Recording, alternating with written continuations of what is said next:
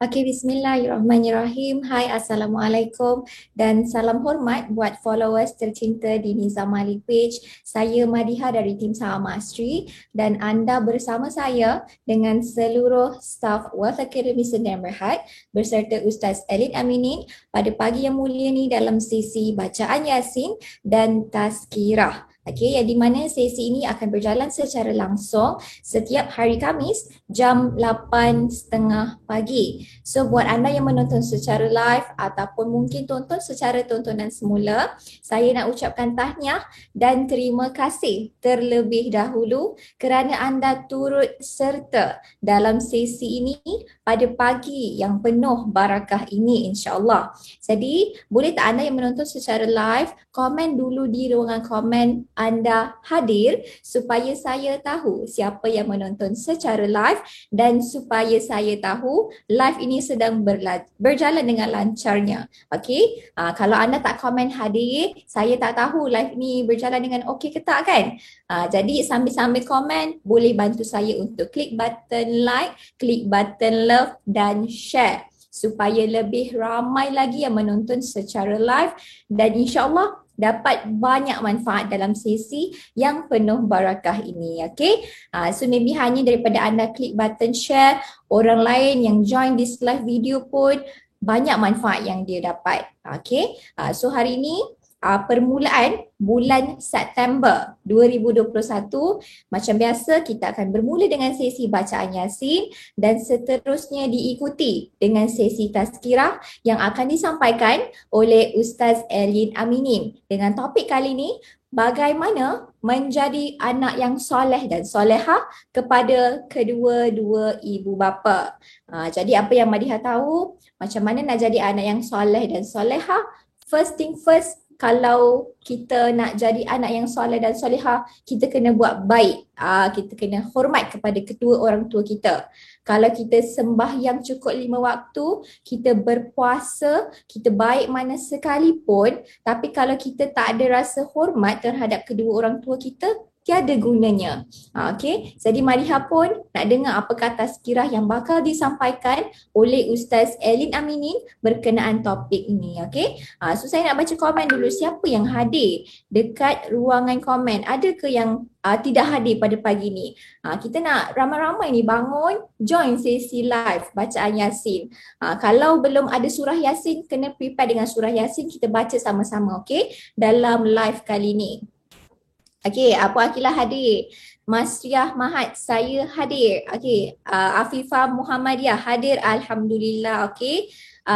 Puan Mona Marfuzah dan share, okey, terbaik. Kalau anda dah share at least kelima minimum of your group, komen dan share. Kita nak lebih ramai lagi menonton secara live dan dapat manfaat daripada sesi barakah ini. Okey. So Assalamualaikum, Waalaikumsalam kepada semua yang memberi salam. Okey. So saya nak pass mic kepada Ustaz Elin Aminin ni. Dah ready ke belum? Kena komen ready terlebih dahulu supaya saya boleh pass mic. Kita bermula dengan bacaan Yasin. Dengan diikuti oleh tazkirah bersama Ustaz Elin Aminin. Okey? Jadi anda pun boleh sedia dengan surah Yasin anda ataupun boleh saja tengok di paparan skrin dekat FB Live tersebut dan sama-sama kita ikuti bacaan. Okey? Ready Okay, alhamdulillah. Okay, dan share terbaik. Kalau anda dah share, boleh komen dan share. Okay, so tanpa membuang masa, saya nak pass mic kepada Ustaz Elin Aminin untuk meneruskan sesi pada hari ini. Okay, so silakan Ustaz. Ustaz dah ready dah. Assalamualaikum warahmatullahi wabarakatuh.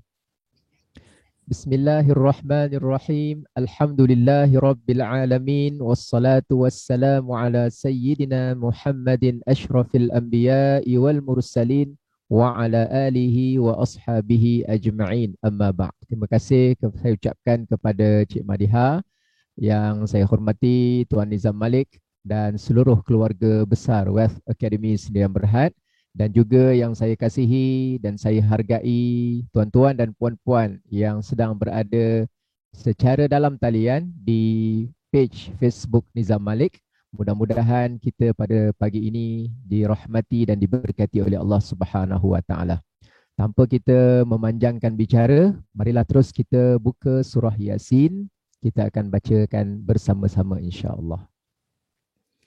إلى حضرة النبي المصطفى رسول الله صلى الله عليه وسلم وعلى آله وأصحابه الكرام الفاتحة.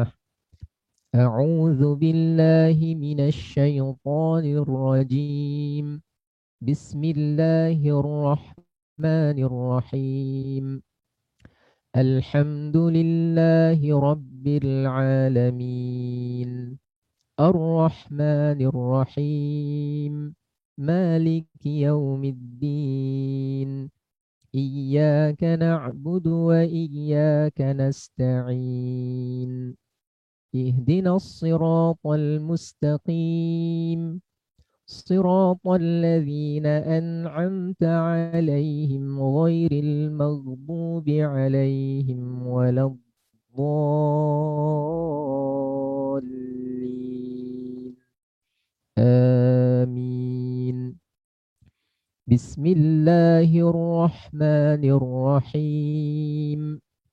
ياسين والقرآن الحكيم إنك لمن المرسلين على صراط مستقيم تنزيل العزيز الرحيم لتنذر قوما ما أنذر آباؤهم فهم غافلون لقد حق القول على أكثرهم فهم لا يؤمنون إنا جعلنا في أعناقهم أغلالا فهي إلى الأذقان فهم مقمحون وجعلنا من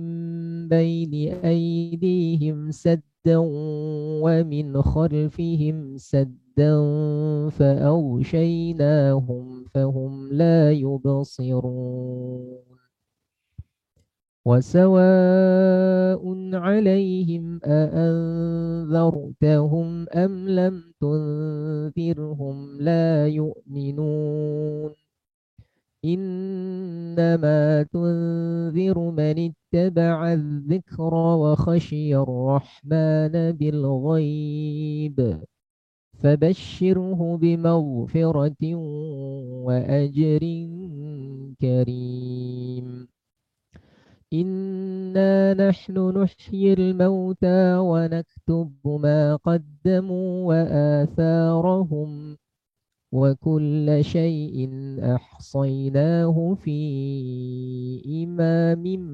مبين واضرب لهم مثلا أصحاب القرية إذ جاءها المرسلون إذ أرسلنا إليهم اثنين فكذبوهما فعززنا بثالث فقالوا إنا إليكم مرسلون قالوا ما أنتم إلا بشر مثلنا وما أنزل الرحمن من شيء إن أنتم إلا تكذبون قالوا ربنا يعلم إنا إليكم لمرسلون وما علينا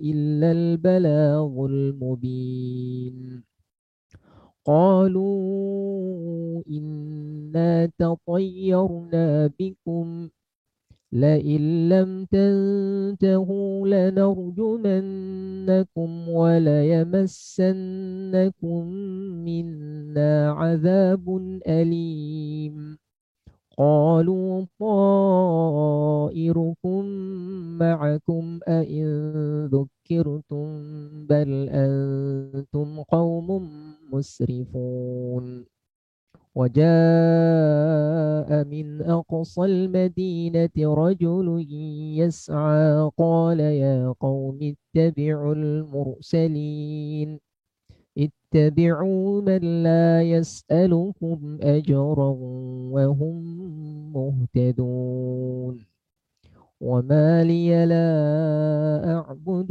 الذي فطرني وإليه ترجعون أأتخذ من دونه آلهة إن يردني الرحمن بضر لا تغن عني شفاعتهم شيئا ولا ينقذون إني إذا لفي ضلال مبين إني آمنت بربكم فاسمعون قيل ادخل الجنة قال يا ليت قومي يعلمون بما غفر لي ربي وجعلني من المكرمين وما أنزلنا على قومه من بعده من جند من السماء وما كنا منزلين إن كانت إلا صيحة واحدة فإذا هم خامدون يا حسرة على العباد ما يأتيهم من رسول إلا كانوا به يستهزئون ألم يروا كم أهلكنا قبلهم من القرون أنهم إليهم لا يرجعون وإن كل لما جميع لدينا محضرون وآية لهم الأرض الميتة أحييناها وأخرجنا منها حبا فمنه يأكلون وجعلنا فيها جنات من نخيل وأعناب وفجرنا فيها من العيون ليأكلوا من ثمره وما عملته أيديهم أفلا يشكرون سبحان الذي خلق الأزواج كلها مما تنبت الأرض ومن أنفسهم ومما لا يعلمون وآية لهم الليل نسلخ منه النهار فإذا هم مظلمون والشمس تجري لمستقر لها ذلك تقدير العزيز العليم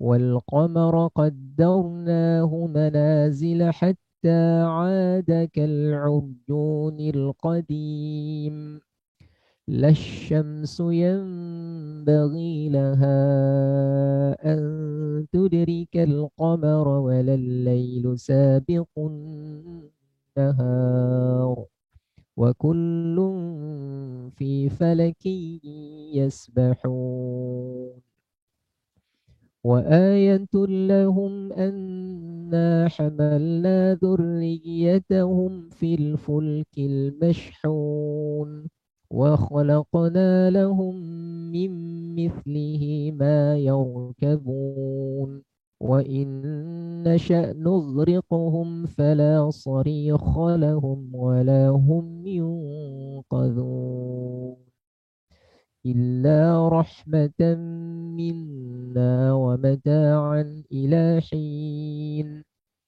وإذا قيل لهم اتقوا ما بين أيديكم وما خلفكم لعلكم ترحمون وما تأتيهم من آية من آيات ربهم إلا كانوا عنها معرضين.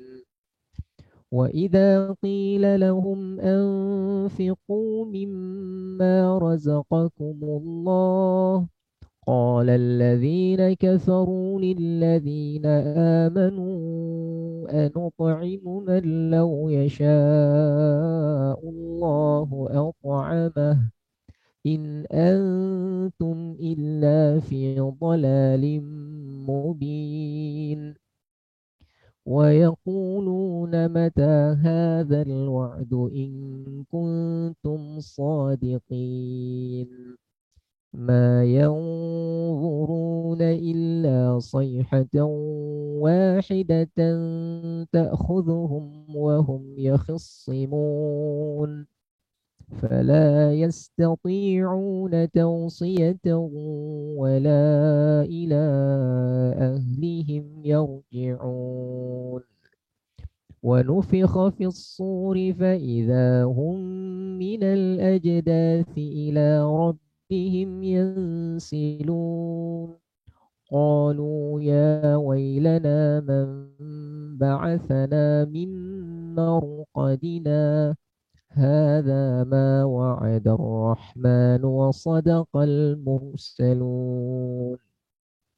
إن كانت إلا صيحة واحدة فإذا هم Maaf, kita ulang semula pada ayat 53. إن كانت إلا صيحة واحدة فإذا هم جميع لدينا محضرون. فاليوم لا تظلم نفس شيئا ولا تجزون إلا ما كنتم تعملون. إن أصحاب الجنة اليوم في شغل فاكهون هم وأزواجهم في ظلال على الأرائك متكئون لهم فيها فاكهة ولهم ما يدعون سلام قولا من رب رحيم. وامتازوا اليوم أيها المجرمون ألم أعهد إليكم يا بني آدم ألا تعبدوا الشيطان إنه لكم عدو مبين. وأن اعبدوني هذا صراط مستقيم. ولقد أضل منكم جبلا كثيرا أفلم تكونوا تعقلون. هذه جهنم التي كنتم توعدون اصلوها اليوم بما كنتم تكفرون. اليوم نختم على أفواههم وتكلمنا أيديهم وتشهد أرجلهم بما كانوا يكسبون. ولو نشاء لطمسنا على أعينهم فاستبقوا الصراط فأنى يبصرون. ولو نشاء لمسخناهم على مكانتهم فما استطاعوا مضيا ولا يرجعون. ومن نعمره ننكسه في الخلق أفلا يعقلون. وما علمناه الشعر وما ينبغي له إن هو إلا ذكر وقرآن مبين لينذر من كان حيا ويحق القول على الكافرين.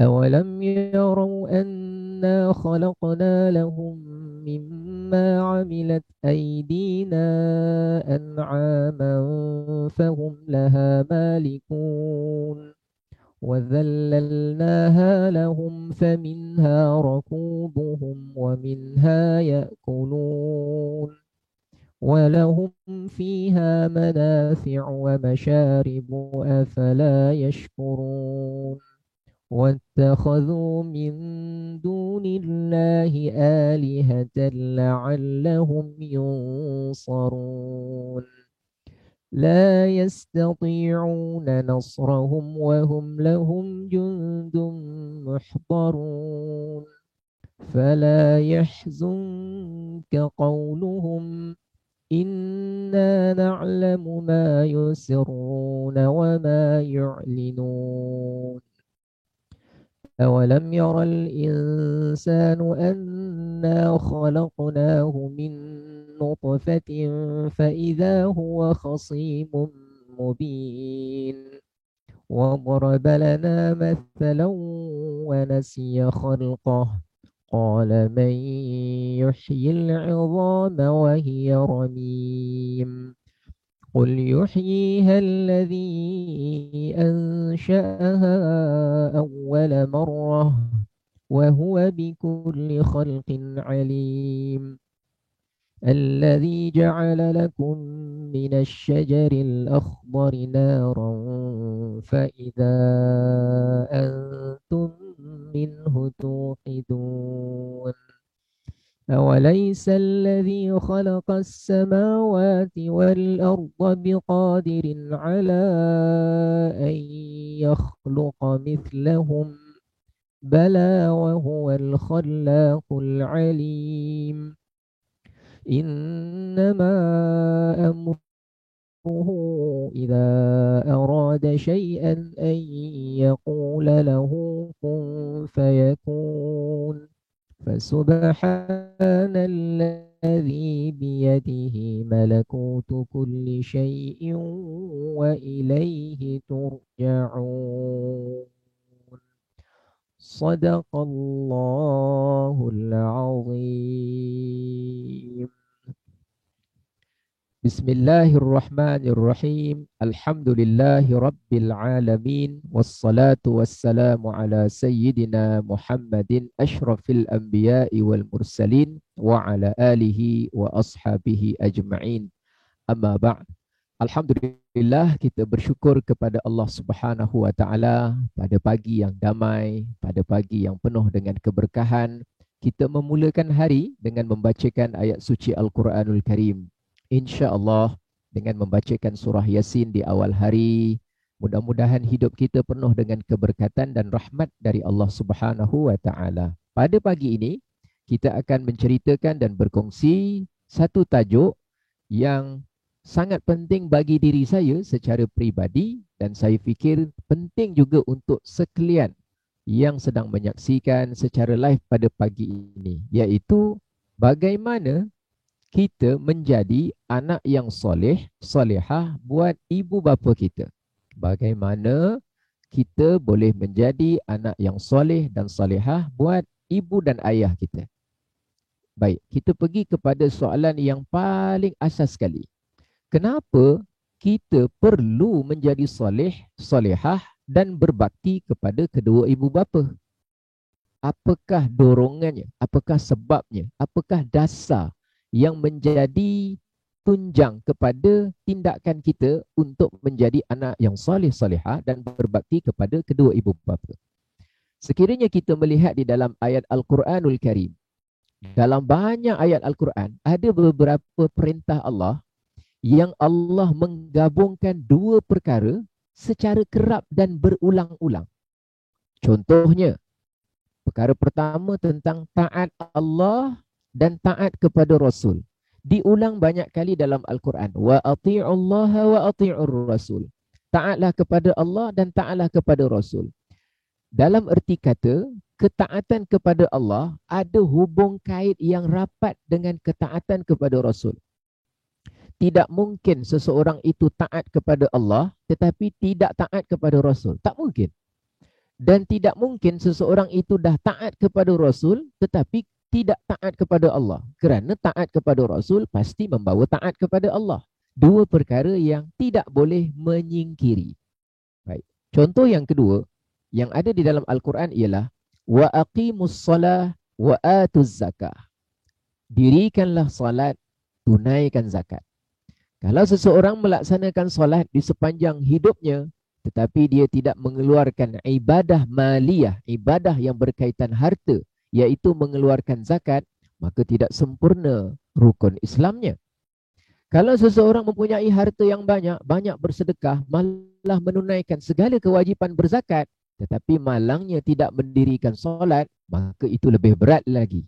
Dua perkara, ibadah badaniyah, ibadah maliyah, ibadah yang berkaitan dengan fizikal diri kita sendiri, dan ibadah yang berkaitan dengan amanah harta. Dua perkara yang sering dikembarkan di dalam Al-Quran. Perkara ketiga yang menjadi tajuk kita pada pagi ini ialah dalam banyak tempat dalam Al-Quran Allah Ta'ala mengingatkan kita wa qadha rabbuka alla ta'budu illa iyyah wa bil walidaini ihsana. Dan Allah perintahkan kamu agar janganlah kamu sembah siapa-siapa melainkan Allah. Dengan kata lain, jangan syirik. Urusan jangan syirik, urusan larangan melakukan perbuatan syirik dikembarkan dengan wabil walidaini ihsana, hendaklah berbakti dan berbuat kebaikan kepada kedua ibu bapa. Jadi urusan kita dengan ibu bapa sangat berkait rapat dengan urusan kita kepada Allah Subhanahu wa taala. Baik, kita lihat dalam beberapa hadis Nabi SAW. Dalam sebuah hadis Nabi bersabda ridallah fi ridal walidain. Sesungguhnya redha Allah itu terletak pada redha kedua ibu bapa kepada kita. Dan kemurkaan Allah itu terletak pada kemurkaan kedua ibu bapa kita ke atas kita. Hubung kaitnya begitu rapat. Atas dasar inilah daripada ayat Al-Quran dan daripada hadis Nabi SAW, kita melihat bahawa perlu untuk kita mendidik dan melatih diri kita menjadi anak yang soleh dan solehah buat kedua ibu bapa kita. Dalam hadis yang lain, Nabi SAW memberitahukan kepada kita bahawa orang yang tidak dapat menggarap sebanyak mungkin kebaikan dengan cara berbuat baik kepada ibu bapa dia, ketika mana ibu bapanya masih hidup dan dia juga masih hidup, sempat hidup pada masa yang sama, zaman yang sama, Nabi SAW mengatakan bahawa seseorang yang di mana ketika hidupnya tidak berbuat kepada baik kepada ibu bapa sehingga tidak menjadikan dia ini mudah masuk ke dalam syurga, maka orang itu adalah malanglah hidup dia, malanglah hidup dia, malanglah hidupnya. Dalam bahasa yang terjemahan yang sedikit keras, celakalah kehidupannya, celakalah kehidupannya, celakalah kehidupannya. Lalu orang sahabat-sahabat Nabi yang berada bersama Nabi tanya, ya Rasulullah, siapa yang malang hidupnya ni? Siapa yang celaka wahai Rasulullah? Nabi bersabda, man adraka walidayhi, sesiapa yang sempat hidup bersama dengan kedua ibu bapanya. Dengan kata lain, dia hidup, ibu bapanya masih hidup. Maka sama ada dua-duanya, kedua ibu dan bapa, atau salah seorang daripadanya, tetapi dia tidak mengambil peluang untuk berbuat bakti, lalu dia tidak dimasukkan ke dalam syurga Allah Subhanahu wa taala. Dengan pemahaman yang sebaliknya ialah selama mana ibu bapa kita masih ada, peluang untuk kita menuju ke syurga Allah Subhanahu wa taala sebenarnya terbuka luas. Hanya tinggal kita memperbaiki dan menjalankan tugas kita untuk menjadi anak yang soleh. Tuan-tuan dan puan yang dirahmati oleh Allah Subhanahu wa taala. Hadis ini sangat penting kepada kita. Hadis yang berikut. Hadis yang berikutnya, Nabi mengingatkan kepada kita, mana-mana muslim, siapa-siapa pun orang Islam yang masih memiliki kedua ibu dan ayah, apabila pada pagi hari dia buat satu kebaikan untuk ibu dan ayahnya, mana-mana muslim, ma min muslimin, sabda Nabi SAW, mana-mana orang Islam, lahu walidani muslimani, yang memiliki dua orang ibu bapa yang muslim, yang mana bila dia buat saja baik kepada salah seorang daripadanya ataupun kedua-duanya, fatahallahu lahu babaini, Allah akan bukakan untuknya 2 pintu untuk dia masuk ke dalam syurga Allah Subhanahu wa taala. Wa in kana wahid, kalau dia ada seorang saja tinggal mak atau ayah, maka akan dibuka juga pintu syurga untuk orang tersebut.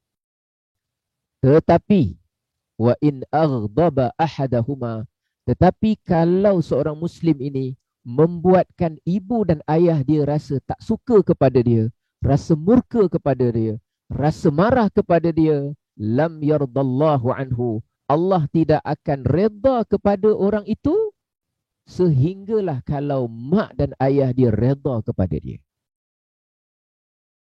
Di hujung hadis, sahabat Nabi bila mendengar peringatan daripada Nabi, mereka tanya, "Ya Rasulullah, kalau orang itu mak bapak dia pun zalim pada dia, ejek dia, bully dia, cakap tak elok pasal dia, perli dia, kalau di mak ayah dia pun zalim kepada dia, adakah dia mesti buat juga baik pada dia? Adakah dia mesti buat juga baik pada mak ayah dia?" Rasulullah menjawab, "Ya, wa in zalamahu." Ya, sekalipun mak ayah dia membuat sesuatu perkara yang tak elok tentang dirinya, itu tidak boleh menjadi satu lesen dan juga kelepasan bagi kita untuk membalas dan membuat perkara yang tak elok kepada kedua ibu bapa. Tuan-tuan dan puan-puan yang dirahmati oleh Allah, kenapa kita perlu menjadi anak yang soleh dan solehah? Bukan semata-mata manfaat dunia akhirat sahaja, tetapi dalam satu hadis Nabi SAW, Rasulullah bersabda, "Man barra walidayhi," siapa yang berbakti menjadi anak yang soleh kepada kedua ibu bapanya, tuba lahu, tuba lahu, tuba lahu. Tuba tu maknanya untunglah dia, memang untunglah dia, kata Rasulullah. Apa keuntungannya? Zadallahu azza wa jalla fi umrihi. Allah akan tambahkan pada umurnya. Yang ini dibahaskan oleh para ulama. Tambahkan pada umurnya tu tambahkan apa? Ada sebahagian kata tambahkan rezeki pada umurnya. Ada yang mengatakan tambahkan kesihatan pada umurnya. Ada yang kata tambahkan ketenangan dan kesenangan pada umurnya. Dengan taat kepada mak bapak, dengan buat baik kepada ibu dan ayah, Allah tambahkan lagi pada umur kita. Tambahkan keberkatan, tambahkan rezeki, tambahkan kesihatan, tambahkan kelapangan, tambahkan pelepasan daripada pelbagai masalah. Hanya kita mengambil kunci asas, iaitu berbakti kepada kedua ibu bapa. Tuan-tuan dan puan-puan yang dirahmati oleh Allah, atas dasar yang saya sebutkan ini, memberikan satu kefahaman kepada kita, berbakti dan menjadi anak yang soleh solehah kepada ibu bapa adalah suatu perkara yang tidak perlu diperdebatkan, melainkan diyakini betapa pentingnya perkara tersebut. Persoalannya sekarang ialah, sebahagian daripada kita, ibu bapanya masih hidup. Sebahagian daripada kita, mungkin ibu bapa mereka telah kembali ke rahmatullah. Sebahagian daripada kawan-kawan kenalan saya, ibu bapanya masih tidak lagi menganut agama Islam. Mari kita lihat perkara ini. Kalau ibu dan ayah kita masih hidup, apakah yang boleh kita lakukan untuk menjadi anak yang soleh dan solehah? Yang pertama, kita berjuang berjihad untuk mereka. Apakah maksud berjihad untuk mereka? Bertungkus lumus mencukupkan keperluan mereka. Bertungkus lumus untuk memenuhi impian dan keinginan mereka. Dalam satu kisah, ja'a rajulun ila Rasulillah sallallahu alaihi wasallam. Datang seorang lelaki kepada Rasulullah sallallahu alaihi wasallam. Wasta'zanahu fil jihad.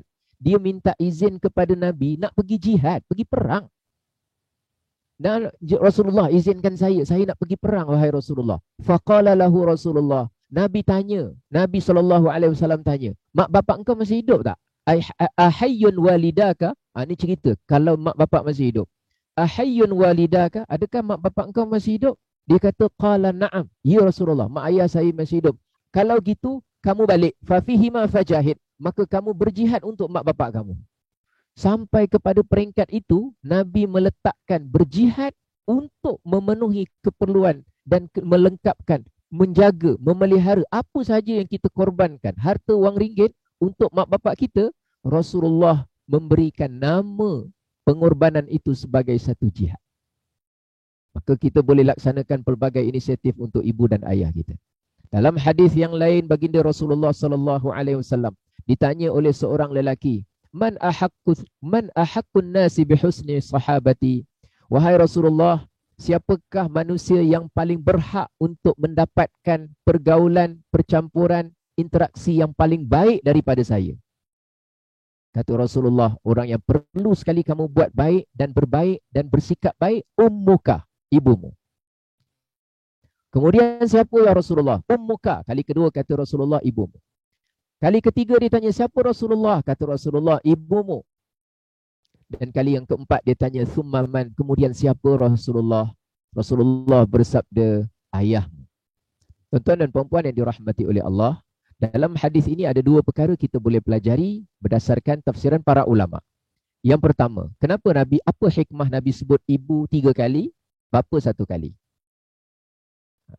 Yang pertama, kata sebahagian ulama, itu menunjukkan bahawa ada 3 tugas, 3 perkara, 3 peranan yang hanya seorang ibu sahaja boleh lakukan. Bapa memang tak boleh buat. Yang pertama ialah mengandungkan, ibu saja. Yang kedua ialah melahirkan, ibu saja. Kita tak ada pergiliran. Tahun ni awak je lah salin cakap dengan suami. Suami kata, yalah, yang ketiga ni biar saya lah. Yang kedua. Yang ketiga ialah menyusukan. Menyusukan, hanya seorang ibu yang dapat menyusukan. Dengan istilah yang lebih tepat, menyusu badan. Tetapi yang keempat, mencari rezeki adalah tugas bapa.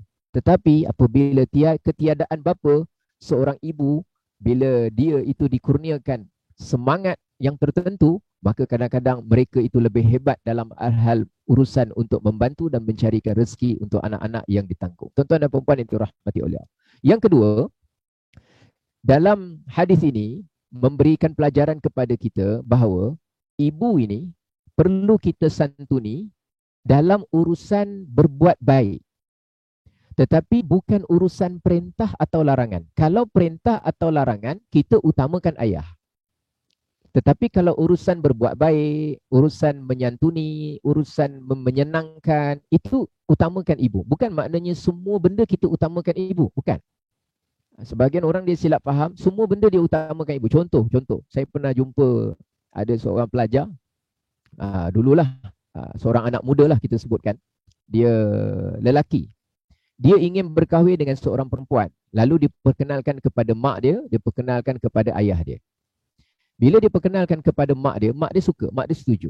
Tapi bila dia perkenalkan kepada ayah dia tak setuju. Lalu dengan memahami hadis ini, dia merasakan bahawa dia perlu taat kepada ibu. Sebab ibu dia kata, okey. Ayah dia kata, jangan. Kau jangan kahwin dengan budak tu. Kerana ayah dia ada sebab-sebab dan alasan tersendiri. Akhirnya dia menyangka bahawa, dia pernah taat mendahulukan ibu, lalu dia kahwin dengan orang tu, melanggar perintah ayah. Maka pada ketika itu dia sebenarnya telah membuat satu kesilapan. Dalam urusan perintah atau larangan, perkara yang tidak berkaitan dengan syarak, sebagai contoh, maka perintah adalah utamakan ayah. Kerana seorang ibu, isteri kepada ayah dia, ataupun dengan catatan ibunya, perlu juga mentaati dalam urusan perintah dan larangan, taat kepada suaminya. Manakala dalam urusan menyantuni, memberi duit belanja, salam, telefon, buat perkara-perkara yang menyenangkan, maka itu adalah lebih utama kita mengutamakan ibu kita. Ini bagi mereka yang masih memiliki ibu dan ayah masih hidup. Macam mana kita nak jadi anak yang soleh dan solehah? Tuan-tuan dan puan-puan yang dirahmati oleh Allah Subhanahu Wa Taala. Di antara tanda dan cara kesolehan kita ialah jangan sampai kita mengejek ibu dan ayah orang lain. Saya fikir di kalangan kita tidak sampai kepada peringkat ini. Kerana Rasulullah sallallahu alaihi wasallam dalam sebuah hadis Nabi menyebutkan di antara dosa-dosa besar ialah apabila seorang lelaki memaki mak bapak dia sendiri. Lalu mereka bertanya, ya Rasulullah, ada ke orang yang memaki hamun ataupun mencaci maki mak ayah dia sendiri? Rasulullah bersabda, ya. Apabila seseorang mengejek mak ayah orang lain ataupun ayah orang lain, maka orang itu balas, itu maknanya dia ejek bapak dia sendiri. Dan apabila dia ejek ibu orang lain dan orang itu balas mengejek ibunya semula, maka maknanya dia sebenarnya mengejek ibunya sendiri. Maka di antara kesolehan seseorang anak ialah jangan sampai dia mencerca ibu dan ayah orang lain. Kerana apabila orang lain membalasnya, bermakna dia sedang mencaci maki dan mencela ibu bapanya sendiri. Tuan-tuan dan puan-puan yang dirahmati oleh Allah, dalam satu ayat yang panjang di dalam surah Al-Isra', menceritakan kepada kita perincian 7 perkara yang mesti kita lakukan untuk menjadi anak yang soleh dan solehah. Dalam firman-Nya, wa qada rabbuka alla ta'budu illa iyyahu wa bil walidaini ihsana. Dan Tuhanmu telah memerintahkan supaya kamu jangan menyembah selain daripada Dia, dan hendaklah kamu berbuat baik. Poin yang pertama, wabil walidaini ihsana, dengan sebaik-baiknya.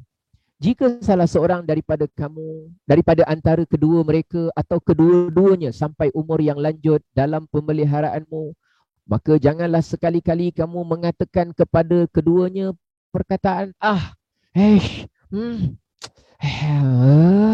semua bentuk-bentuk perkataan merengus, merintih, ataupun kita sebut, bukan merintih lah, merengus, ataupun kita sebut perkataan seperti memperli, bunyi-bunyian yang keluar daripada mulut kita yang menunjukkan kepada tidak menyenangi.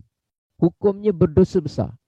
Janganlah kamu membentak, mengherdik mereka, dan ucapkanlah kepada mereka, faqula lahu qawlan karima, wa qula lahu qawlan karima. Dan hendaklah katakan kepada mereka dengan perkataan bukan yang baik. Dalam Quran tak disebutkan mesti cakap dengan mak bapak perkataan yang baik. Qaulan karima, dengan perkataan yang mulia.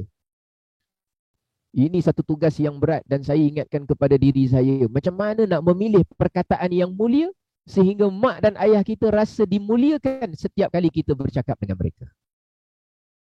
Kita ni boleh membezakan orang yang sedang bercakap dengan kita, dia menggunakan perkataan yang rendah atau perkataan yang sederhana biasa, atau dia menggunakan perkataan yang mulia.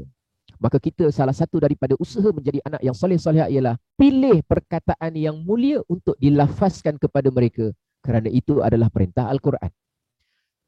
Kemudian dalam ayat yang seterusnya, dan rendahkanlah dirimu terhadap mereka berdua dengan penuh kasih sayang.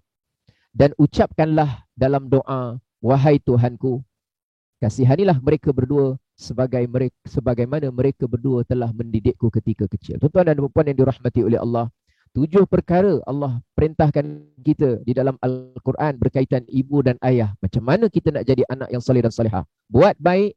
Jangan cakap walaupun apa pun bunyi, perkataan dan sebagainya yang tidak menyenangkan mereka.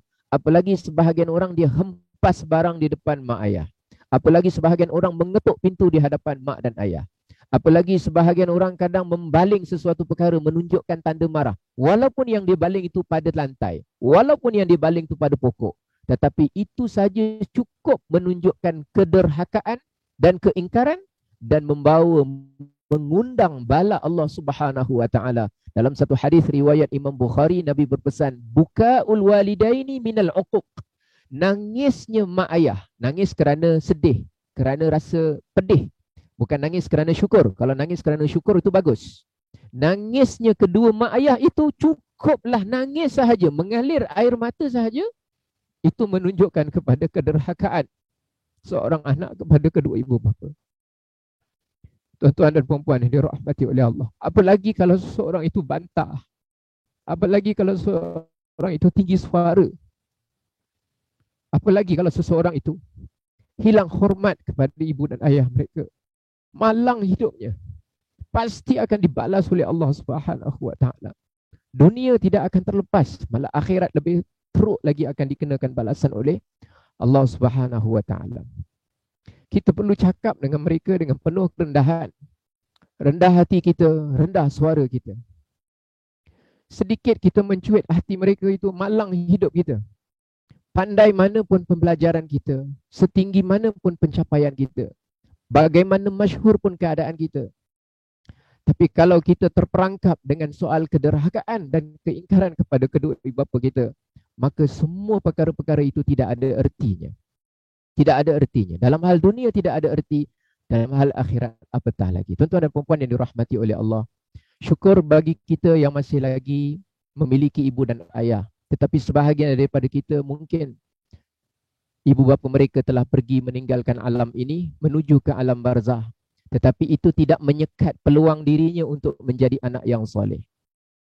Salah satu daripada hadis Nabi SAW disebutkan, ada seorang yang telah meninggal dunia, kata Rasulullah, kata Abu Hurairah radhiyallahu anhu, berdasarkan mafhum daripada hadis Nabi, kata Abu Hurairah bahawa Nabi SAW bersabda, ada seorang jenazah, ada seorang mayat, seorang jenazah kita sebutkan, selepas dia itu meninggal dunia, darjatnya diangkat tinggi.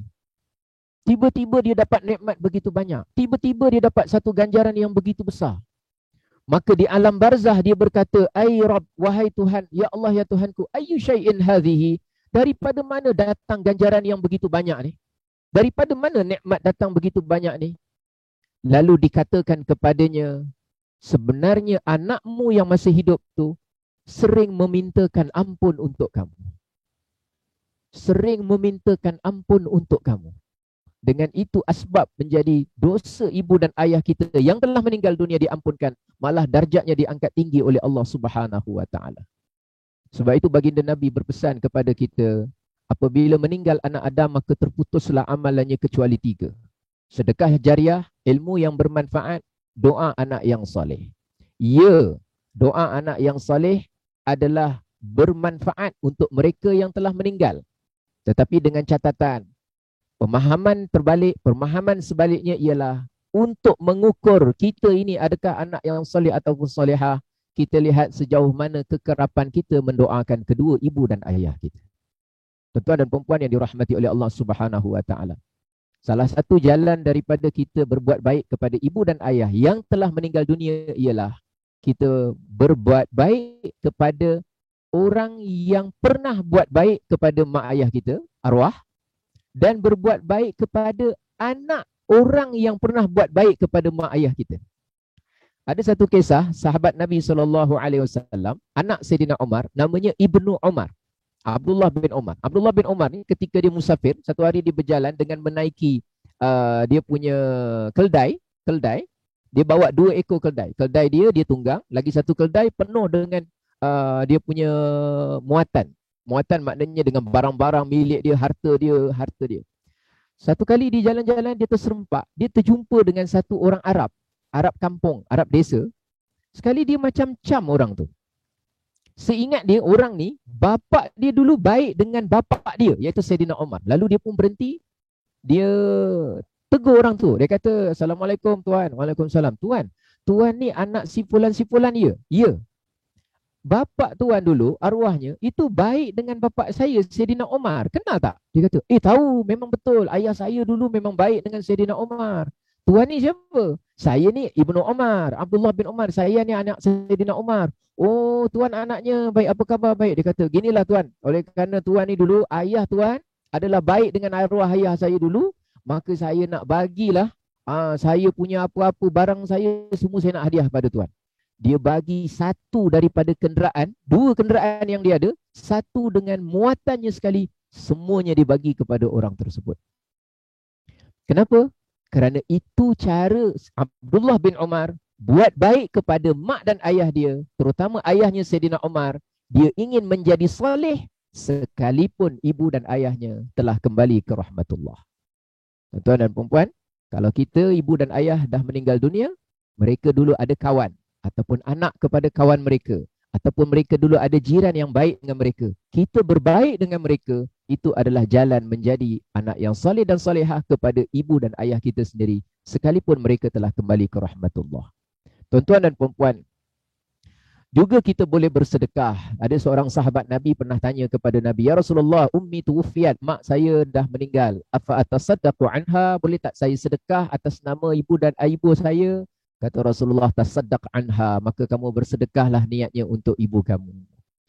Tetapi tuan-tuan dan puan-puan, mungkin sebahagian kawan-kawan kita, bukan tuan-tuan dan bukan puan-puan, sebahagian kenalan saya juga, mereka ini memiliki ibu dan ayah yang belum lagi menganut agama Islam.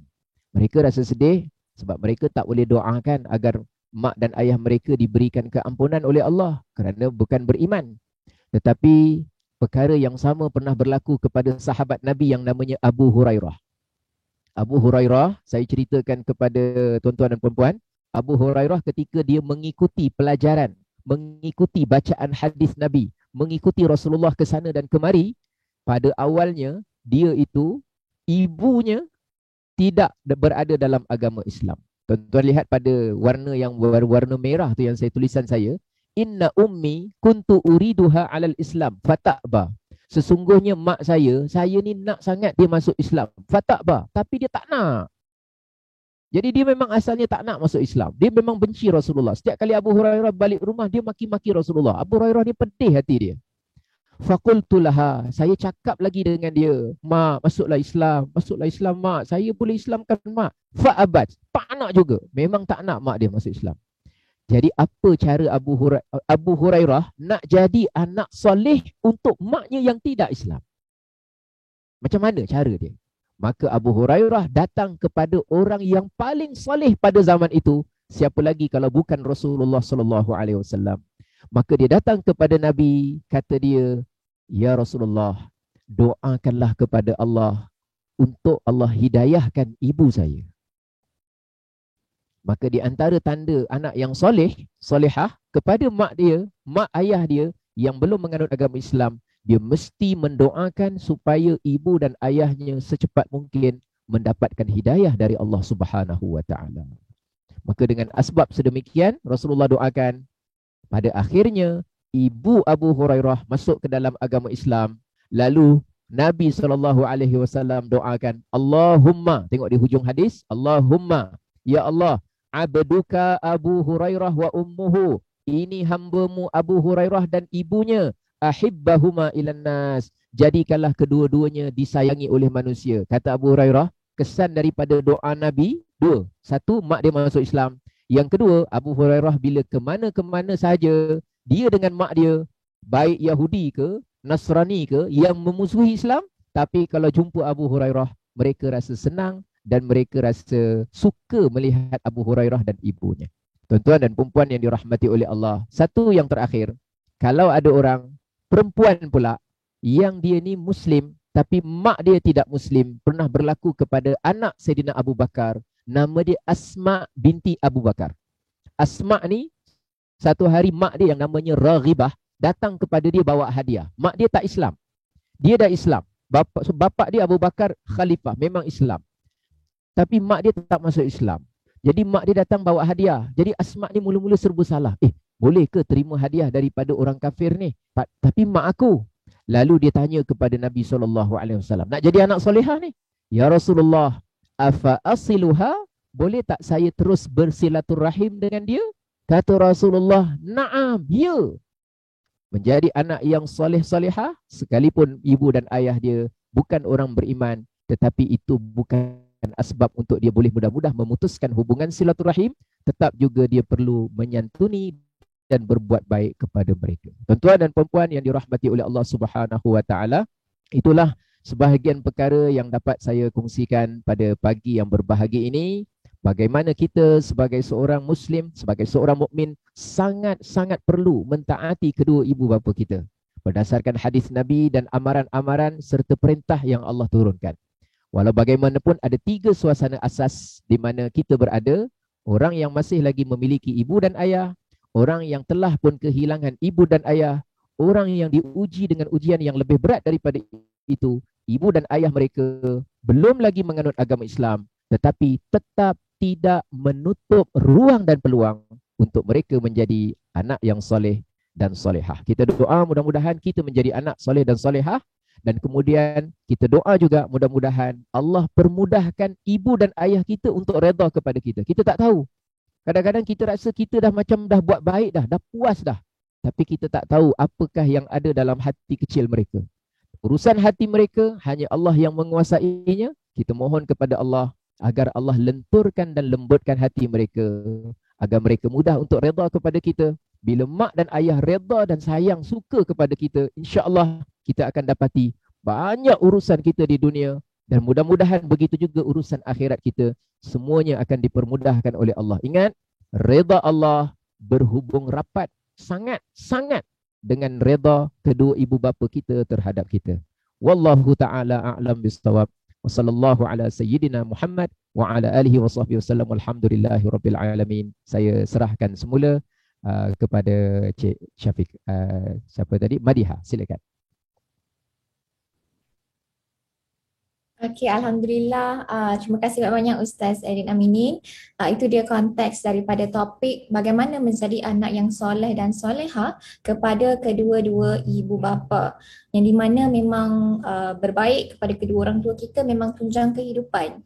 Urusan kita dengan kedua ibu bapa sangat berhubung kait dengan urusan dengan Allah Subhanahu Wa Taala. Sebab reda Allah terletak pada reda ibu bapa dan kemurkaan Allah adalah pada murkanya ibu bapa. Jadi saya nak tanya anda dulu, adakah anda dapat sesuatu daripada perkongsian tadi ataupun dapat banyak? Kalau anda dapat sesuatu ataupun dapat banyak daripada perkongsian Ustaz Elin Amini tadi, komen yes di ruangan komen di bawah. Saya nak tengok siapa yang menonton daripada awal sampai habis dan committed mendengar secara live. Okay? Kalau anda komen yes, anda pun boleh sharekan juga dengan saya. Kita nak baca sama-sama apakah learning points anda yang anda dapat daripada topik bagaimana menjadi anak yang soleh dan soleha kepada kedua-dua ibu bapa. Boleh komen yes dan komen juga learning points anda. Okay, sambil tunggu komen anda, saya nak juga kongsikan learning points saya yang saya dapat daripada beberapa hadis yang Ustaz Elin Aminin highlight tadi. Yang di mana yang pertama yang Maria suka adalah kita kena bercakap dengan kedua orang tua kita, kita kena pilih perkataan yang mulia. Bukan baik, bukan perkataan yang baik tetapi perkataan yang mulia. Sampai mak ayah kita pun rasa dimuliakan bila kita bercakap dengan mereka. Yang kedua, walaupun ibu bapa kita dah meninggal dunia, darjatnya akan diangkat dengan doa anak yang soleh dan soleha. Yang ketiga pula, yang terakhir yang Madiha nak highlight daripada learning points Madiha adalah macam mana kita nak berbakti dengan ibu ayah yang dah meninggal dunia, kita berbuat baik dengan orang yang pernah berbaik dengan arwah. Okay? Dan kita bersedekahlah niat atas nama ibu dan ayah kita. Okay? So, siapa yang komen yes ni saya nak baca kita ada Tuan Saitun Nurul Saleh. Yes, mendengar dari Shah Alam. Terima kasih Ustaz dan pengajar sama-sama. Semoga mendapat manfaat buat anda yang menonton secara live. Okay. Azad Rahman. Yes. Alhamdulillah. Yes. Okay, terima kasih buat anda yang dah komen yes. Dan sebenarnya sewaktu Ustaz Aminin menyampaikan tazkirah, banyak dah komen learning points yang mereka dapat terus. Okay, jadi terima kasih buat anda yang menonton secara live dari awal sampai habis. Semoga dengan sesi barakah ini menyerikan lagi permulaan hari anda dan mendatangkan banyak manfaat kepada anda. InsyaAllah, amin. Okay, so terima kasih juga buat seluruh staf Wath Akademi Sembilan Berhad yang bersama-sama dengan Madiha dan Ustaz Ali Aminin pada pagi ini. Okay, so buat anda yang maybe baru saja join this live video, tak sempat tonton daripada awal, it's okay. Boleh tonton secara ulangan semula, kita akan save this live video. Okay, so sehingga berjumpa lagi dalam sesi live bacaan Yasin dan Tazkirah bersama Ustaz Elin Aminin pada minggu hadapan pula. Okay, macam biasa hari Khamis jam 8.30 pagi dengan berlainan topik, berlainan tema. Okay, so Madiha mohon maaf kalau ada kekurangan daripada pihak kami. Sesungguhnya yang baiknya hanya daripada Allah dan yang kurang datang daripada saya sendiri. Okay, jadi saya Madiha dari tim Sama Sri mengundurkan diri terlebih dahulu sehingga berjumpa lagi pada minggu hadapan. Assalamualaikum warahmatullahi wabarakatuh.